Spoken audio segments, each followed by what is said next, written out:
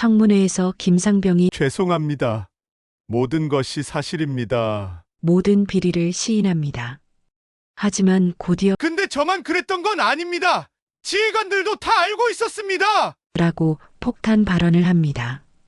주인공 강연희는 이미 준비한 간부들 간의 메신저 대화와 계좌 이체 내역을 공개하며 김상병의 증언을 뒷받침하는 증거들입니다. 라고 말합니다. 김상병과 주인공 강연희의 증거로 국방부 전체가 충격에 빠지는 사연 지금부터 시작하겠습니다. 그 전에 잠깐 구독과 좋아요 먼저 꼭 눌러주시면 복 받으실 거예요. 강연희는 거울 앞에 서서 마지막으로 옷깃을 다듬었습니다. 60대 중반의 나이에도 불구하고 어깨는 여전히 곧게 펴져 있었고 짙은 눈썹 아래 예리한 눈빛은 수십 년간 군 생활을 해온 사람만이 가질 수 있는 위엄을 담고 있었습니다. 오늘은 특별한 날이었습니다. 여군 최초 투스타 소장까지 오른 후 국방부 인사감찰관으로 퇴임한 지 벌써 3개월이 지났는데 처음으로 아들 박도연 병장의 부대에 면회를 가는 날이었습니다. 연희는 평소 습관대로 각이 잡힌 정장을 입었습니다. 군복은 아니었지만 단정하고 절도 있는 모습은 여전했습니다. 거울 속 자신을 바라보며 작은 한숨을 내쉬었습니다. 평생을 군에 바쳐 살아왔지만 정작 아들과는 제대로 된 대화 한번 나눠보지 못했습니다. 도연이가 군에 입대한 후로는 더욱 그랬습니다. 어머니로서의 마음과 군인으로서의 자세 사이에서 항상 고민이 많았던 연희였습니다. 부대까지 가는 길은 생각보다 멀었습니다. 택시 안에서 연희는 창밖을 바라보며 도연이와의 추억을 떠올렸습니다. 어릴 때 도연이는 어머니의 군복 차림을 자랑스러워했습니다. 친구들에게 우리 엄마는 장군님이야라고 말하며 뿌듯해했던 모습이 떠올랐습니다. 하지만 언제부터인가 도연이는 어머니의 직업에 대해 말하기를 꺼려했습니다. 사춘기 때였을까요? 아니면 자신도 군에 들어가게 되면서부터였을까요? 부대 정문에 도착했을 때 연희는 잠시 머뭇거렸습니다. 평생을 군부대에서 보냈지만 이렇게 면회객으로 오는 것은 처음이었습니다. 신분증을 확인하고 면회 신청서를 작성하는 과정도 새로웠습니다. 담당 병사가 예의 바르게 안내해 주었지만 연희는 어색함을 감출 수 없었습니다. 면회실로 향하는 길목에서 한 명의 상병과 마주쳤습니다. 김상병이라는 이름표를 단 그 병사는 연희를 위아래로 훑어보더니 거만한 표정을 지었습니다. 아줌마, 여기 민간인이면 복장 지적당해요. 군복 입고 오면 안 돼요. 김상병의 목소리에는 명백한 반말과 무시하는 투가 섞여 있었습니다. 연희는 잠시 말문이 막혔습니다. 자신이 입은 것은 군복이 아니라 평범한 정장이었습니다. 하지만 김상병의 눈에는 그저 아줌마로만 보였던 모양입니다. 수십 년간 부하들로부터 경례를 받아온 연희에게는 충격적인 순간이었습니다. 하지만 연희는 화를 내지 않았습니다. 대신 조용한 미소만 지으며 고개를 끄덕였습니다. 알겠습니다. 연희는 차분하게 대답했습니다. 김상병은 자신의 말이 먹혔다고 생각했는지 만족스러운 표정을 지었습니다. 연희는 더 이상 말하지 않고 돌아섰습니다. 면회를 포기하고 부대를 나서는 연희의 뒷모습은 쓸쓸해 보였습니다. 집으로 돌아가는 길, 연희는 복잡한 심경이었습니다. 분노보다는 씁쓸함이 더 컸습니다.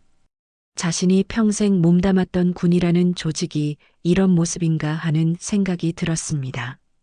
계급과 서열에 익숙한 조직이지만 최소한의 예의도 지키지 않는 병사를 보며 많은 것을 느꼈습니다. 특히 그 병사가 보인 태도에서 뭔가 불순한 냄새를 맡았습니다. 오랜 군 생활의 경험으로 직감적으로 느낀 것이었습니다. 그날 밤 연희는 잠들지 못했습니다. 도연이는 어떻게 지내고 있을까? 혹시 자신처럼 무시당하며 지내고 있는 것은 아닐까 하는 걱정이 밀려왔습니다. 김상병의 그 오만한 표정이 계속 떠올랐고 무언가 잘못되었다는 느낌을 지울 수 없었습니다. 다음 날 새벽 5시 부대에는 비상이 걸렸습니다. 평소 느긋하게 기상나팔 소리에 맞춰 일어나던 병사들이 갑작스러운 집합 명령에 당황했습니다. 김상병 역시 마찬가지였습니다. 전날 면회실에서 만난 그 아줌마 생각은 까맣게 잊은 채 무슨 일인지 궁금해하며 서둘러 군복을 입었습니다. 병영비리 특별감찰이 내려왔다. 중대장의 목소리가 울려 퍼졌습니다. 순간 부대 전체가 술렁거렸습니다. 김상병의 얼굴이 순간 굳어졌습니다. 최근 몇 달간 PX 물품을 빼돌려 외부에 팔아왔던 일들이 떠올랐기 때문입니다. 그뿐만 아니라 후임들로부터 받아온 상납금, 의도적으로 생략해온 훈련들, 그리고 말 안 듣는 병사들에게 가한 강압적 행위들까지 모든 것이 머릿속을 스쳐 지나갔습니다. 부대장은 허둥지둥 사무실을 정리하느라 바빴습니다. 서류함 깊숙이 숨겨둔 각종 문서들을 급히 치우고 평소 묵인해왔던 일들의 증거를 없애려 애썼습니다. 하지만 이미 늦었습니다. 감찰단은 예고 없이 들이닥쳤고 부대 전체를 봉쇄한 상태였습니다. 오전 8시 감찰단이 정식으로 부대에 들어왔습니다. 김상병은 다른 병사들과 함께 운동장에 집합해 있었는데 멀리서 감찰단의 모습이 보이기 시작했습니다. 검은색 승용차 여러 대가 줄지어 들어오고 정장 차림의 사람들이 하나둘씩 내렸습니다. 그런데 그 선두에 서 있는 사람을 보는 순간 김상병의 눈이 커졌습니다. 저 사람 어디서 봤지? 김상병이 중얼거렸습니다. 분명히 어디서 본 얼굴이었는데 기억이 나지 않았습니다. 60대 정도로 보이는 여성이었는데 다른 감찰관들과는 확연히 다른 아우라를 풍기고 있었습니다. 걸음걸이부터 자세까지 모든 것이 군인다웠고 주변 사람들이 그를 중심으로 움직이는 것을 보니 책임자인 것 같았습니다. 감찰단장이 부대장과 인사를 나누는 모습을 지켜보던 김상병은 점점 불안해졌습니다. 특히 그 여성이 자신들이 있는 운동장 쪽을 바라보는 순간 왠지 모를 소름이 돋았습니다. 마치 자신을 꿰뚫어 보는 것 같은 느낌이었습니다. 전 병사 집합, 부대장의 명령이 떨어졌습니다. 모든 병사들이 일렬로 도열했고 감찰단이 천천히 다가왔습니다.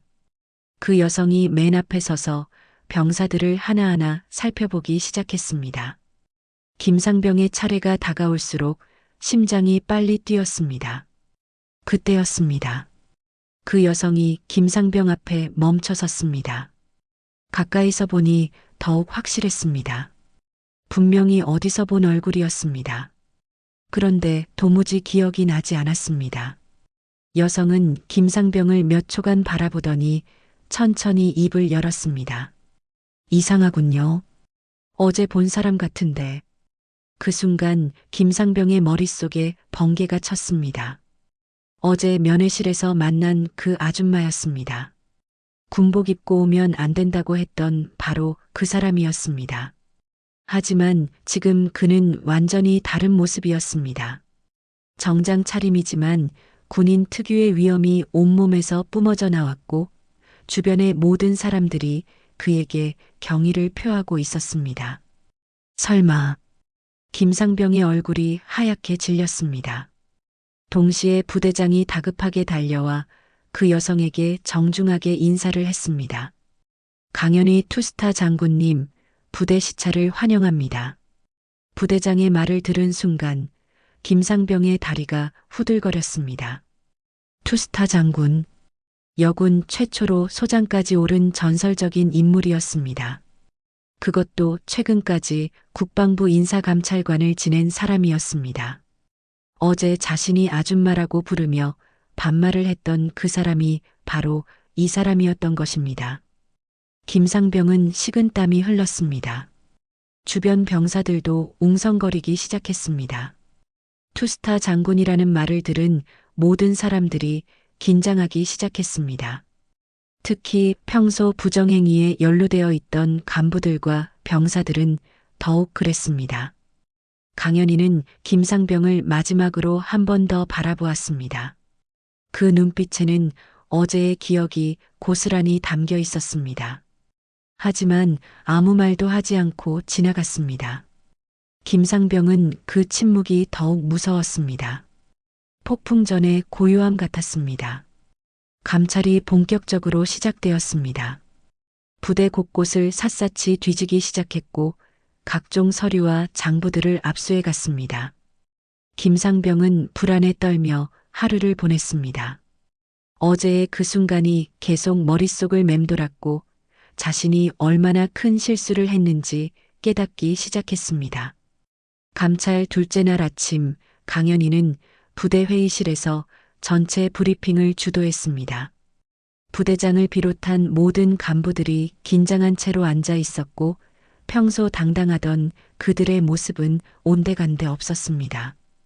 강연희의 날카로운 시선이 회의실을 훑어보자 모든 사람들이 고개를 숙였습니다. 이번 감찰은 단순한 형식적 점검이 아닙니다.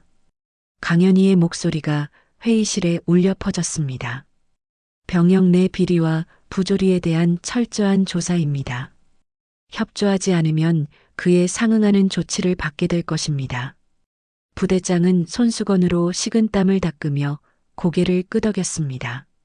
평소 위험 있던 모습은 찾아볼 수 없었습니다. 브리핑이 끝난 후 강연희는 전체 병사들을 운동장에 집합시켰습니다. 300여 명의 병사들이 일렬로 도열한 모습은 장관이었습니다.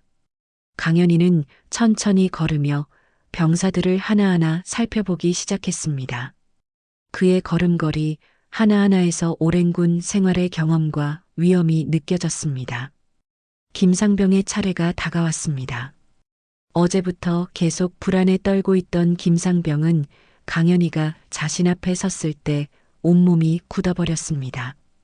강연희는 김상병을 똑바로 바라보며 입을 열었습니다.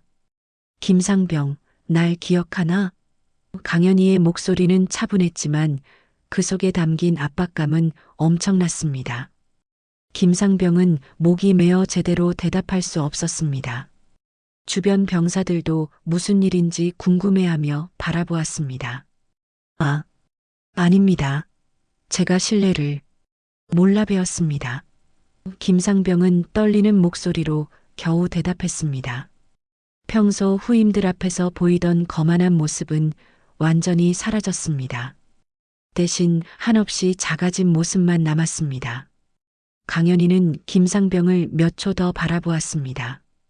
그 시선 속에는 실망과 분노, 그리고 묘한 슬픔이 섞여 있었습니다. 모양만 보고 판단하는 것, 참 위험한 일이지. 강연희가 중얼거렸습니다. 사람은 겉모습으로 판단하는 게 아니야. 특히 이 조직에서는 더욱 그렇지. 김상병은 땀을 뻘뻘 흘리며 서 있었습니다. 어제의 그 순간이 얼마나 큰 실수였는지 이제서야 깨닫고 있었습니다. 강연희에게 했던 말과 행동들이 하나하나 떠올랐고 그때마다 등골이 서늘해졌습니다. 강연희는 김상병을 지나쳐 다른 병사들을 계속 살펴보았습니다. 하지만 마음 한편으로는 복잡한 생각들이 교차하고 있었습니다. 이 아이들이 왜 이렇게 되었을까? 조직이 잘못된 건가 아니면 개인의 문제인가? 자신도 젊은 시절 비슷한 실수를 했던 기억이 떠올랐습니다. 하지만 그때와 지금은 상황이 달랐습니다. 감찰이 진행되면서 점점 더 심각한 문제들이 드러나기 시작했습니다. PX 물품 유출은 생각보다 조직적이었고 그 과정에서 김상병이 중요한 역할을 하고 있다는 사실도 밝혀졌습니다.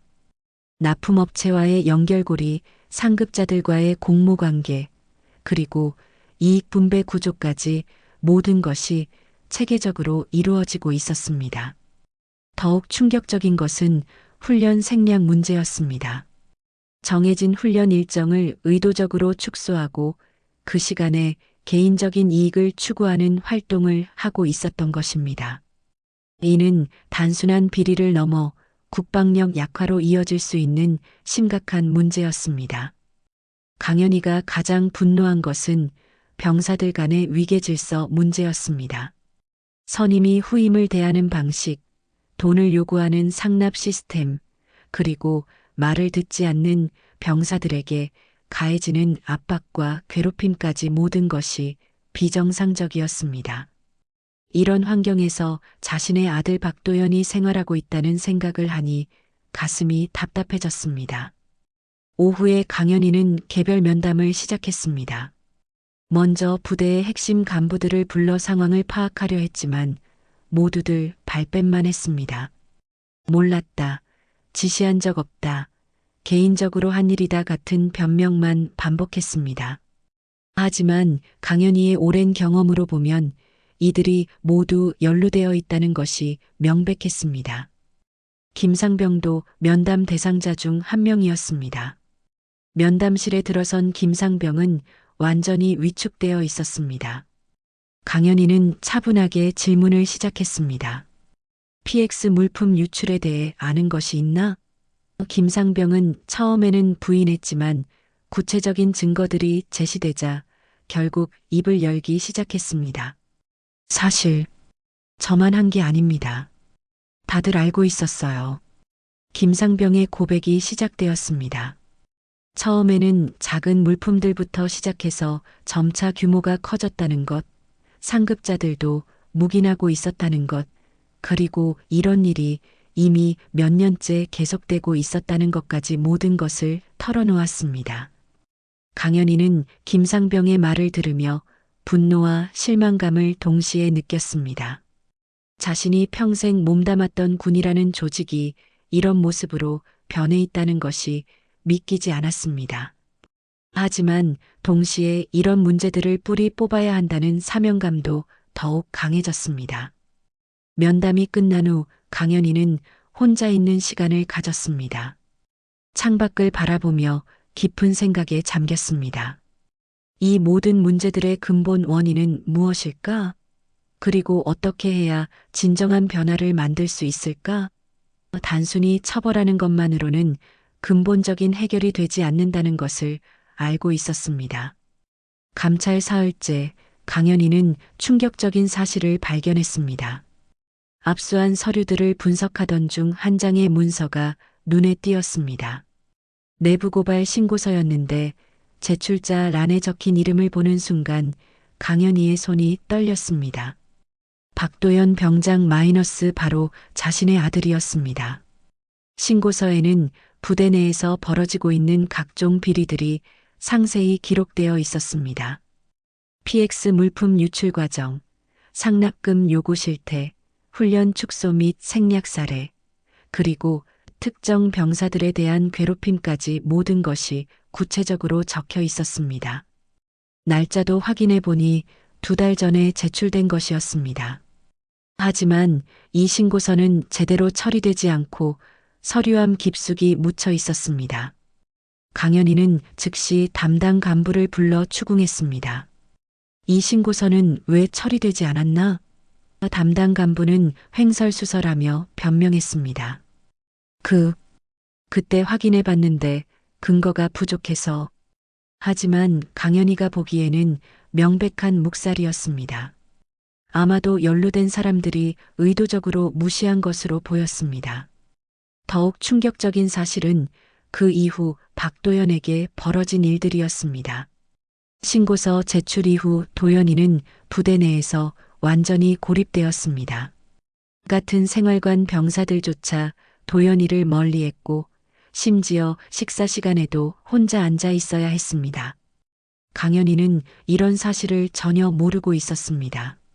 면담을 통해 알아낸 바에 따르면 김상병이 도연이에 대한 괴롭힘을 주도하고 있었습니다.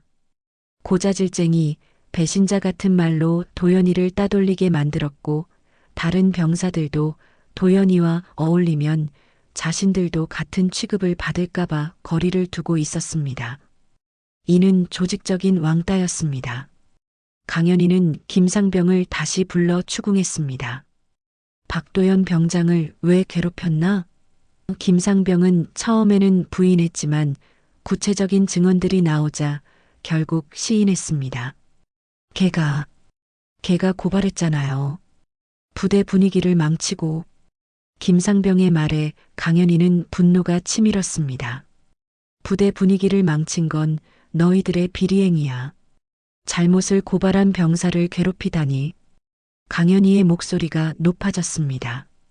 평소 냉정함을 유지하던 강연희였지만 자신의 아들이 이런 일을 당했다는 사실 앞에서는 감정을 억누르기 어려웠습니다. 조사가 깊어질수록 더욱 체계적인 비리 구조가 드러났습니다. PX 납품업체와 김상병을 포함한 일부 병사들, 그리고 묵인해온 간부들 사이에는 치밀한 이익 공유 시스템이 있었습니다. 매월 일정 금액이 각자에게 분배되었고, 이 과정에서 반대하는 병사들은 의도적으로 배제되거나 괴롭힘을 당했습니다. 특히 심각한 것은 선임들의 강압적 행위였습니다. 후임들로부터 돈을 요구하는 것은 물론이고 거부하는 병사들에게는 각종 불이익을 주었습니다. 김상병이 주도한 이른바 입막음용 회식도 발견되었습니다. 문제를 제기할 수 있는 병사들을 미리 회유하거나 압박하는 자리였습니다. 강연희는 이런 영상 자료들을 확인하면서 경악했습니다. 회식이라는 이름으로 포장되었지만 실제로는 조직적인 압박과 협박이 이루어지는 자리였습니다. 술을 강요하고 비리에 대해 입을 다물라고 압박하는 모습들이 고스란히 담겨 있었습니다. 도연이가 이런 환경에서 얼마나 힘들었을지 상상하니 강연희의 가슴이 미어졌습니다. 용기를 내어 잘못된 것을 고발했지만 오히려 더 큰 고통을 받게 된 아들을 생각하니 자책감이 밀려왔습니다. 어머니로서도 군인으로서도 자신이 무력했다는 생각이 들었습니다. 강연희는 도연이와 직접 만나기로 결정했습니다. 면회실에서 만난 아들의 모습은 크게 달라져 있었습니다. 예전보다 훨씬 야위었고 눈빛도 생기를 잃은 것 같았습니다. 하지만 도연이는 어머니 앞에서 애써 밝은 모습을 보이려 했습니다. 괜찮아요, 엄마. 별일 없어요. 도연이의 말에 강연희는 더욱 마음이 아팠습니다. 아들이 자신을 걱정시키지 않으려고 애쓰는 모습이 역력했기 때문입니다. 강연희는 조심스럽게 물어보았습니다. 혹시 힘든 일은 없었니? 도연이는 잠시 망설이다가 입을 열었습니다. 사실 좀 힘들었어요. 하지만 잘못된 건 바로 잡아야 한다고 생각했어요. 엄마가 항상 말씀하셨잖아요. 정의롭게 살라고. 도연이의 말에 강연희는 뭉클했습니다. 아들이 자신의 가르침을 지키려다 고생한 것에 대해 미안함과 자랑스러움이 동시에 들었습니다. 미안하다, 도연아. 엄마가 몰랐구나. 강연희의 목소리가 떨렸습니다. 하지만 내가 한 일은 옳았어. 용기 있는 일이었고 자랑스러워. 도연이는 어머니의 말에 조금 안도하는 표정을 지었습니다. 면회를 마치고 나온 강연희의 마음은 복잡했습니다. 아들이 겪은 고통에 대한 분노, 자신이 몰랐다는 것에 대한 자책감, 그리고 이 모든 문제를 해결해야 한다는 사명감이 뒤섞여 있었습니다. 이제 단순한 감찰이 아니라 개인적인 복수가 되어버린 것 같았습니다. 하지만 강연희는 감정에 휩쓸리지 않으려 노력했습니다. 개인적인 감정보다는 조직 전체의 변화를 만들어내는 것이 더 중요했습니다. 도연이와 같은 피해자가 더 이상 나오지 않도록 하는 것이 진정한 해결책이라고 생각했습니다. 감찰 나흘째 오후 강연희에게 급한 전화가 걸려왔습니다. 부대 의무실에서였습니다. 박도연 병장이 화장실에서 의식을 잃고 쓰러져서 응급실로 후송했습니다. 전화를 받은 순간 강연희의 머릿속이 하얘졌습니다. 감찰 업무를 중단하고 즉시 병원으로 달려갔습니다. 병원에 도착했을 때 도연이는 의식을 되찾은 상태였지만 상당히 허약해 보였습니다. 의사의 설명에 따르면 극심한 스트레스와 영양 부족으로 인한 일시적 실신이었습니다. 최근 제대로 식사를 하지 못한 것 같습니다. 정신적 충격도 상당한 것으로 보이고요. 의사의 말에 강연희는 가슴이 미어지는 것을 느꼈습니다. 도연이의 병상 옆에 앉은 강연희는 아들의 손을 잡았습니다. 도연아, 괜찮니? 도연이는 힘없이 고개를 끄덕였지만 말하기조차 힘들어하는 것 같았습니다. 강연희는 아들이 이렇게 될 때까지 자신이 몰랐다는 사실에 자책감을 느꼈습니다. 병원에 머물면서 강연희는 도연이의 동료들로부터 더 충격적인 사실들을 알게 되었습니다. 그날 도연이가 쓰러지기 전에 있었던 훈련이 갑작스럽게 변경되었다는 것입니다. 원래 계획된 훈련과는 완전히 다른 위험한 임무에 도연이가 투입되었다는 것이었습니다. 원래는 일반적인 체력 훈련이었는데 갑자기 장애물 극복 훈련으로 바뀌었어요. 그것도 도연이 병장만 특별히 어려운 코스를 하게 했다고 들었어요. 같은 소대 병사의 증언이었습니다. 강연희는 이것이 우연이 아니라는 확신이 들었습니다. 즉시 훈련 계획서를 조사해 보니 명백한 조작의 흔적이 있었습니다. 원래 계획서는 사라지고 급하게 작성된 듯한 새로운 계획서만 남아 있었습니다. 더욱 심각한 것은 안전장비 점검 기록도 조작되어 있었다는 점입니다. 도연이가 사용한 장비들은 점검이 제대로 이루어지지 않은 상태였습니다. 강연희는 김상병을 다시 불러 추궁했습니다. 훈련 계획 변경에 내가 관여했나? 김상병은 처음에는 부인했지만 구체적인 증거들이 제시되자 점차 입을 열기 시작했습니다. 중대장님이 박도연을 좀 더 힘들게 훈련시키라고 했어요. 왜 그런 지시가 내려졌는지 알고 있나? 강연희의 목소리에는 분노가 담겨 있었습니다. 김상병은 머뭇거리다가 결국 진실을 털어놓았습니다. 고발 때문에, 다들 박도연 때문에 감찰이 들어왔다고 생각하고 있었어요. 그래서 강연희는 치를 떨었습니다. 정의로운 고발을 한 아들을 조직적으로 괴롭히고 심지어 위험한 상황에 의도적으로 노출시켰다는 것이었습니다. 이는 단순한 괴롭힘을 넘어서 생명을 위협할 수 있는 심각한 행위였습니다. 조사를 계속하던 중 더욱 충격적인 사실이 드러났습니다. 중대장이 훈련 기록을 조작하려 했다는 것입니다. 도연이가 쓰러진 후 급하게 원래 계획서를 복원하려 했지만 이미 감찰단이 모든 서류를 압수한 후였습니다.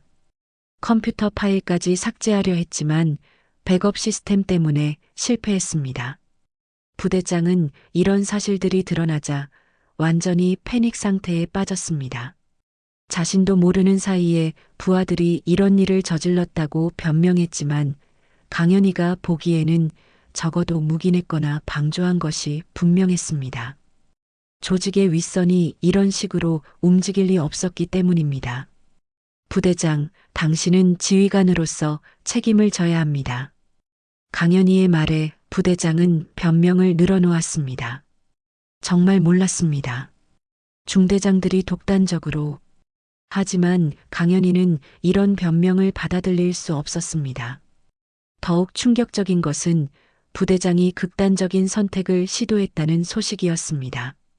강연희가 병원에 있는 동안 부대장이 자신의 사무실에서 발견되었다는 연락을 받았습니다. 다행히 큰 일은 일어나지 않았지만 그만큼 상황이 심각했다는 것을 보여주는 사건이었습니다. 강연희는 이 모든 상황을 보며 깊은 절망감을 느꼈습니다. 내가 평생 군을 위해 살아왔는데 내 아이가 그 군에서 이렇게 되었구나. 자신이 몸담았던 조직이 이렇게까지 부패했다는 사실이 믿기지 않았습니다. 병실에서 도연이를 지켜보며 강연희는 많은 생각을 했습니다. 군이라는 조직이 과연 어떤 의미인지, 자신이 지켜온 가치들이 정말 옳은 것인지에 대한 근본적인 의문이 들었습니다. 특히 아들이 자신의 가르침을 지키려다 이런 고생을 하게 된 것에 대해 깊은 자책감을 느꼈습니다. 하지만 동시에 더욱 강한 의지도 생겼습니다. 이런 일이 다시는 일어나지 않도록 해야 한다는 사명감이었습니다. 도연이뿐만 아니라 수많은 젊은 병사들이 이런 부조리한 환경에서 고통받고 있다는 것을 생각하니 가만히 있을 수 없었습니다. 중대장도 결국 구속되었습니다. 기록 조작 시도와 고의적인 위험 상황 조성 등의 혐의였습니다. 하지만 강연희는 이것만으로는 충분하지 않다고 생각했습니다. 근본적인 시스템의 변화가 필요했습니다. 도연이가 조금 나아진 후 강연희와 대화를 나누었습니다. 엄마, 저 때문에 너무 많은 일이 벌어진 것 같아서 미안해요. 도연이의 말에 강연희는 고개를 저었습니다. 내 잘못이 아니야. 오히려 내가 용기를 내주어서 이 모든 문제들을 해결할 수 있게 되었어. 정말요? 도연이의 눈에 희망의 빛이 돌았습니다. 내가 한 일은 정말 중요한 일이었어. 부끄럽지 않게 살고 싶다고 했지? 내가 그렇게 살고 있어. 강연희의 말에 도연이는 조금씩 웃음을 되찾기 시작했습니다. 도연이의 상태가 안정되자 강연희는 다시 감찰 업무에 집중했습니다. 하지만 이제는 단순한 업무가 아니었습니다. 아들이 겪은 고통을 생각하면 분노가 치밀었지만 감정에 휩쓸리지 않고 냉정하게 처리해야 한다는 것을 알고 있었습니다. 진정한 변화를 만들어내기 위해서는 체계적이고 완벽한 증거 수집이 필요했습니다. 감찰 사무실에서 강연희는 지금까지 수집한 모든 자료들을 정리하기 시작했습니다. PX 물품 유출 관련 서류, 상납금 요구 증거, 훈련 기록 조작 문서, 그리고 조직적 괴롭힘에 대한 증언들까지 모든 것을 체계적으로 분류했습니다. 각각의 사건들이 개별적인 것이 아니라 하나의 큰 구조 안에서 벌어진 일이라는 것이 명확해졌습니다.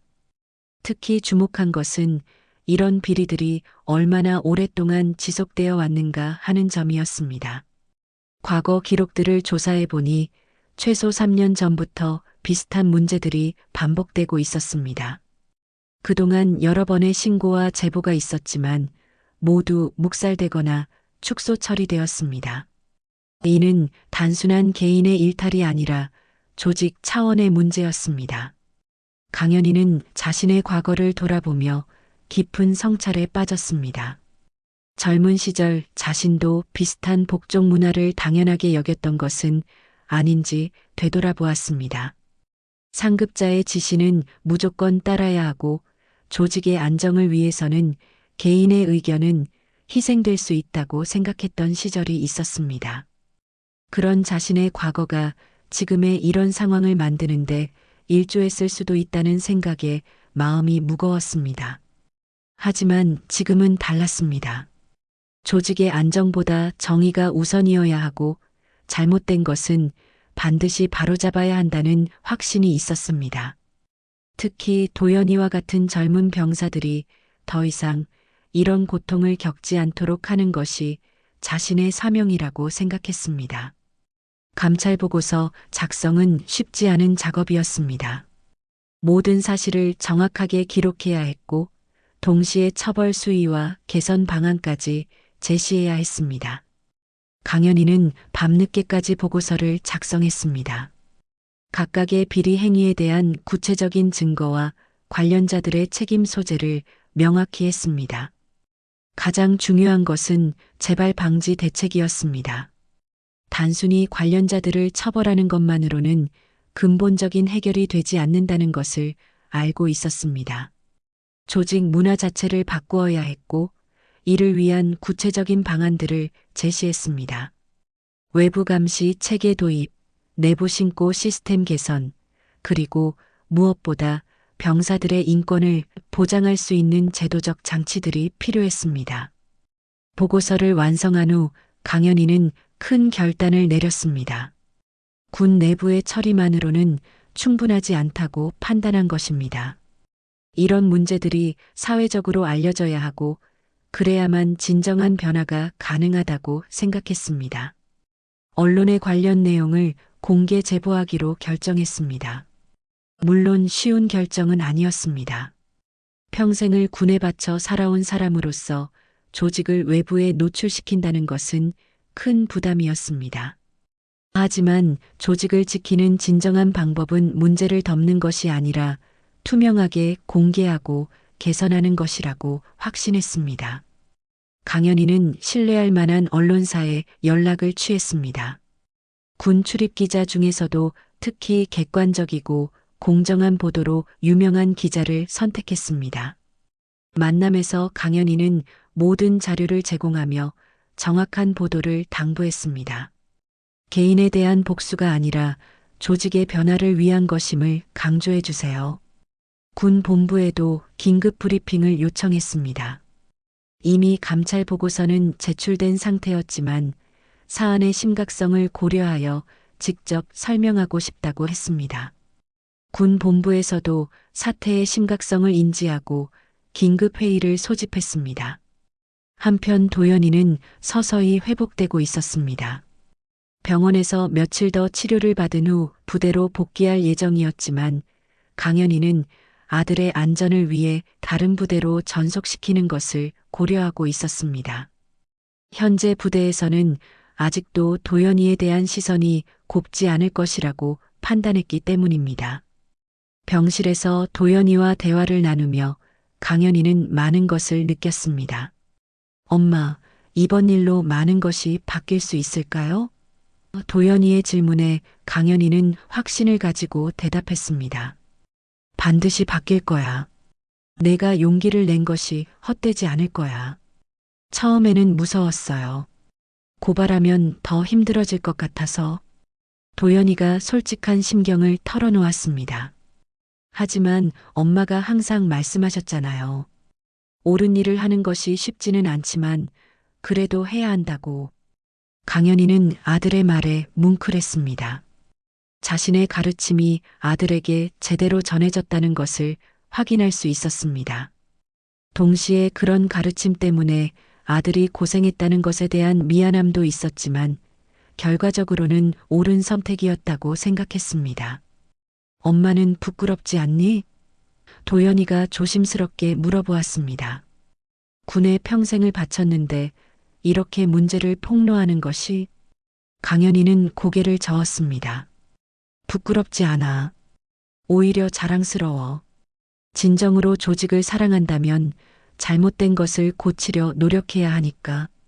군 본부 브리핑이 며칠 후로 예정되어 있었습니다.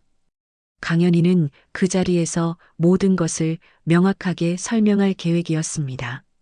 개인적인 감정보다는 객관적인 사실에 근거하여 조직의 개선 방안을 제시하고 싶었습니다. 언론 보도도 곧 나갈 예정이었습니다. 강연희는 이 모든 과정이 도연이와 같은 피해자들을 위한 것이라는 점을 계속 강조했습니다.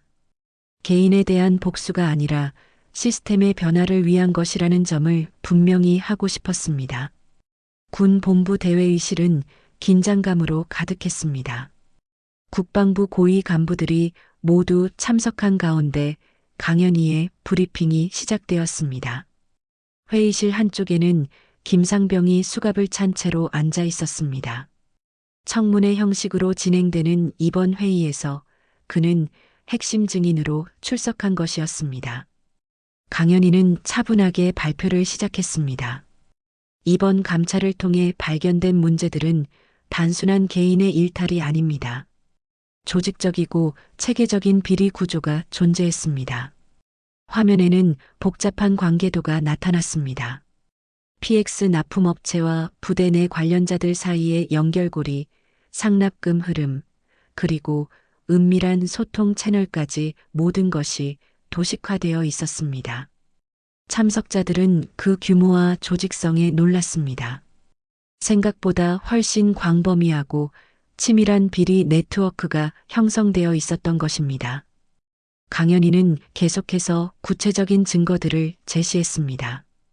은행 거래 내역, 메신저 대화 내용, 변조된 훈련 기록, 그리고 무엇보다 내부 고발자에 대한 조직적 보복까지 모든 것이 명확하게 정리되어 있었습니다. 특히 심각한 것은 정당한 고발을 한 병사에 대한 보복입니다. 강연희의 목소리에 힘이 들어갔습니다. 박도연 병장이 제출한 신고서는 2개월 동안 묵살되었고 오히려 그는 조직적인 괴롭힘과 위험한 상황에 노출되었습니다. 화면에는 도연이가 작성한 원본 신고서와 이후 벌어진 일련의 사건들이 시간순으로 정리되어 있었습니다. 김상병은 자신의 이름이 언급될 때마다 고개를 숙였습니다. 지금까지의 자신의 행동들이 얼마나 잘못되었는지 깨닫고 있었습니다. 강연희가 증거를 제시할 때마다 부인할 수 없는 사실들이었기 때문입니다. 김상병, 이제 당신이 직접 말할 차례입니다. 강연희가 김상병을 바라보며 말했습니다. 지금까지 조사한 내용이 사실인지 확인해 주세요. 김상병은 한참 동안 망설이다가 떨리는 목소리로 입을 열었습니다. 죄송합니다. 모든 것이 사실입니다. 김상병의 첫마디였습니다. PX 물품을 빼돌린 것도, 후임들로부터 돈을 받은 것도, 그리고 박도연 병장을 괴롭힌 것도 모두 제가 한 일입니다. 회의실이 조용해졌습니다. 당사자가 직접 시인하는 순간이었습니다. 하지만 김상병의 고백은 거기서 끝나지 않았습니다. 근데 저만 그랬던 건 아닙니다. 갑작스러운 반전이었습니다. 지휘관들도 다 알고 있었습니다. 심지어 일부는 직접 지시하기도 했어요.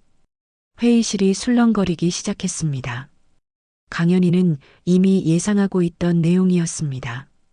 김상병 같은 하급자가 혼자서 이런 조직적인 비리를 주도할 수는 없다고 판단했기 때문입니다. 구체적으로 누가 어떤 지시를 했는지 말해보세요. 강연희가 차분하게 유도했습니다. 김상병은 잠시 주저하다가 결국 모든 것을 털어놓기 시작했습니다. 중대장님이 PX 물품 일부를 빼돌려서 간부들끼리 나눠 가지라고 했어요. 처음에는 작은 것들부터 시작했는데 점점 규모가 커졌습니다. 그의 증언에 따르면 상당수의 간부들이 이런 비리에 연루되어 있었습니다. 더욱 충격적인 것은 상급 부대의 연결고리였습니다. 연대 차원에서도 묵인하고 있었어요. 심지어 어떤 간부는 다른 부대도 다 하는 일이라고 말했습니다. 김상병의 증언이 계속되면서 비리의 규모가 상상 이상으로 크다는 것이 드러났습니다. 강연희는 미리 준비한 또 다른 자료를 공개했습니다. 김상병의 증언을 뒷받침하는 증거들입니다. 화면에는 간부들 간의 메신저 대화, 계좌 이체 내역, 그리고 은밀한 회합 장면들이 나타났습니다. 모든 것이 김상병의 증언과 일치했습니다. 박도연 병장에 대한 보복도 조직적으로 이루어졌습니다. 강연희가 가장 민감한 부분을 언급했습니다.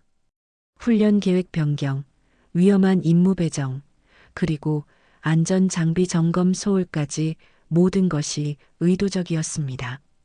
이 부분에서 김상병의 얼굴이 더욱 어두워졌습니다. 왜 그런 일에 가담했나요? 한 참석자가 김상병에게 직접 질문했습니다. 김상병은 한참 동안 대답하지 못하다가 힘겹게 입을 열었습니다. 처음에는 거부할 수 없는 분위기였어요. 선임들이 다 하고 있었고 안 하면 저만 따돌림 당할 것 같았어요. 하지만 점점 익숙해졌고 나중에는 당연하다고 생각했습니다. 김상병의 솔직한 고백이었습니다. 박도연 병장이 고발했을 때도 배신자라고 생각했어요. 조직을 망치는 놈이라고. 그의 목소리가 점점 작아졌습니다. 강연희는 김상병의 심리를 이해할 수 있었습니다. 잘못된 조직 문화에 물들어가는 과정은 점진적이고 은밀했기 때문입니다. 하지만 그렇다고 해서 용서받을 수 있는 일은 아니었습니다. 마지막으로 이런 일들이 다시 일어나지 않도록 하기 위해서는 어떻게 해야 한다고 생각하나요? 강연희가 김상병에게 마지막 질문을 던졌습니다. 김상병은 오랫동안 생각하더니 진심 어린 목소리로 대답했습니다. 투명해져야 해요. 모든 것이 공개되고 감시받아야 합니다. 그리고 잘못된 것을 지적하는 사람이 보호받을 수 있는 시스템이 필요해요. 아이러니하게도 가해자였던 김상병이 가장 현실적인 대안을 제시하는 순간이었습니다. 청문회가 끝난 후 강연희는 깊은 생각에 잠겼습니다. 김상병의 마지막 증언으로 인해 수많은 상급자들과 관련 부대들까지 수사선상에 오르게 되었습니다. 예상보다 훨씬 광범위한 조직 개편이 필요할 것 같았습니다. 국방부 전체가 충격에 빠졌습니다. 한 부대의 문제로 시작된 일이 정군 차원의 구조적 문제로 확대된 것입니다. 강연희의 감찰 보고서는 단순한 비리 적발을 넘어서 군 조직 전체의 변화를 요구하는 문서가 되어버렸습니다. 청문회가 끝난 지 6개월이 흘렀습니다. 강연희는 감찰 임무를 성공적으로 마친 후 조용히 군을 완전히 떠났습니다. 40년간의 군 생활을 마감하는 순간이었지만 아쉬움보다는 뿌듯함이 더 컸습니다. 마지막까지 자신의 신념을 지킬 수 있었고 무엇보다 진정한 변화를 만들어낼 수 있었기 때문입니다. 강연희가 떠난 부대는 완전히 새로운 모습으로 변했습니다.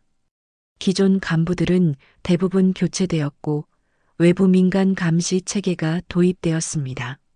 매월 외부 전문가들이 부대를 방문하여 투명하게 운영되고 있는지 점검했습니다. 특히 병사들의 처우 개선에 많은 노력을 기울였습니다. PX 운영은 완전히 투명화되었고 상납 문화는 철저히 금지되었습니다. 가장 큰 변화는 내부 신고 시스템이었습니다. 익명으로 신고할 수 있는 온라인 시스템이 구축되었고 신고자의 신변 보호를 위한 별도 기구도 만들어졌습니다. 박도형과 같은 피해자가 더 이상 나오지 않도록 하는 것이 가장 중요한 목표였습니다. 김상병은 군사법원에서 실형을 선고받았지만 적극적인 수사 협조와 진심 어린 반성을 인정받아 비교적 가벼운 처벌을 받았습니다. 구치소에서 그는 진지하게 자신의 과거를 반성하며 새로운 삶을 준비하고 있었습니다. 출소 후에는 군 관련 비리 근절을 위한 시민단체에서 활동하겠다는 계획을 세웠습니다. 도연이는 다른 부대로 전속되어 남은 복무를 무사히 마쳤습니다. 새로운 부대에서는 그의 용기 있는 행동이 오히려 존경받았습니다. 동료 병사들도 도연이를 신뢰했고 그는 모범적인 군 생활을 이어갔습니다. 무엇보다 자신이 한 일에 대한 자부심을 가질 수 있게 되었습니다. 저녁을 앞둔 어느 날 도연이는 어머니와 함께 아버지의 묘소를 찾았습니다. 아버지는 도연이가 어릴 때 순직한 군인이었습니다. 묘비 앞에 선 도연이는 진심 어린 목소리로 말했습니다. 아버지, 엄마는 정말 군을 바꿨어요. 아버지도 자랑스러워 하실 거예요. 강연희는 아들의 말을 들으며 가슴이 뭉클했습니다. 남편이 살아 있었다면 자신의 선택을 지지했을 것이라는 확신이 들었습니다. 정의로운 일을 하는 것이 때로는 힘들고 외로운 길이지만 그래도 가야 할 길이라는 것을 알고 있었기 때문입니다. 도연아, 내가 있어서 엄마도 용기를 낼 수 있었어. 강연희가 아들의 어깨에 손을 올렸습니다. 내가 먼저 용기를 냈고 그래서 모든 것이 바뀔 수 있었어. 도연이는 어머니의 말에 고개를 끄덕였습니다. 처음에는 두려웠지만 결과적으로는 옳은 선택이었다는 것을 확신할 수 있었습니다. 전역 후 도연이는 대학교에 복학했습니다. 법학을 전공하고 있던 그는 앞으로 군사법이나 인권 분야에서 일하고 싶다는 꿈을 가지게 되었습니다. 자신의 경험을 바탕으로 더 많은 사람들을 도울 수 있는 일을 하고 싶었습니다. 한편 강연이는 새로운 삶을 시작했습니다. 여러 교육기관에서 강연 요청이 들어왔고 그는 기꺼이 자신의 경험을 나누었습니다. 특히 젊은이들을 대상으로 한 강연에서는 정의와 용기에 대해 이야기했습니다. 어느 날 한 여자 고등학교에서 강연을 하게 되었습니다. 교련복을 입은 여학생들 앞에 선 강연인은 차분하게 말문을 열었습니다. 여러분, 조직이란 무엇일까요? 학생들이 집중하기 시작했습니다. 조직은 개인을 억압하는 것이 아니라 개인이 더 큰 가치를 실현할 수 있도록 도와주는 것이어야 합니다. 강연이의 목소리에는 확신이 담겨 있었습니다. 특히 군이란 조직은 복종보다 정의가 먼저여야 합니다. 잘못된 명령에 복종하는 것은 진정한 복종이 아니에요. 한 학생이 손을 들고 질문했습니다. 그러면 조직에서 잘못된 것을 발견했을 때 어떻게 해야 하나요? 강연이는 미소를 지으며 대답했습니다. 용기를 내세요. 처음에는 두렵겠지만 옳은 일을 하는 것은 결국 모두를 위한 일입니다. 하지만 혼자서는 어려울 수도 있어요. 또 다른 학생의 질문이었습니다. 강연이는 고개를 끄덕였습니다. 맞아요. 그래서 서로 도와야 해요. 정의로운 사람들이 연대할 때 진정한 변화가 가능합니다. 강연이 끝난 후 한 학생이 다가왔습니다.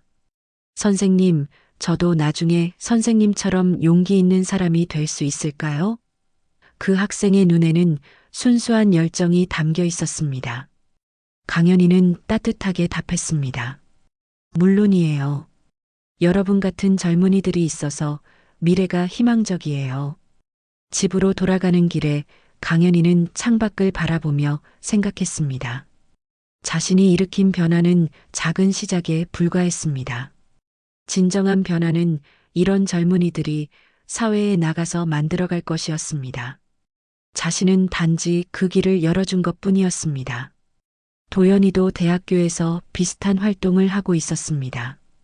군 인권 동아리를 만들어 후배들과 함께 관련 연구를 하고 있었고, 때로는 어머니와 함께 강연에 참여하기도 했습니다. 모자가 함께 만들어가는 새로운 이야기였습니다. 어느 저녁 강연이와 도연이는 함께 산책을 하며 대화를 나누었습니다. 엄마, 후회하지 않으세요? 도연이가 조심스럽게 물어보았습니다. 40년 군 생활을 그렇게 마무리하게 된 것을. 강연이는 웃으며 고개를 저었습니다. 전혀 후회하지 않아. 오히려 가장 의미 있는 일을 했다고 생각해. 강연이의 목소리에는 확신이 담겨 있었습니다. 진정으로 조직을 사랑한다는 것은 그 조직이 더 나아질 수 있도록 노력하는 것이니까. 그날 밤 강연이는 일기를 썼습니다. 오늘도 젊은이들에게 희망을 보았다. 그들이 만들어갈 미래가 기대된다. 내가 한 일이 작은 씨앗이 되어 더 큰 변화로 이어지기를 바란다. 마지막 문장을 쓰고 나서 강연이는 만족스러운 미소를 지었습니다. 진정한 승리는 이런 것이었습니다.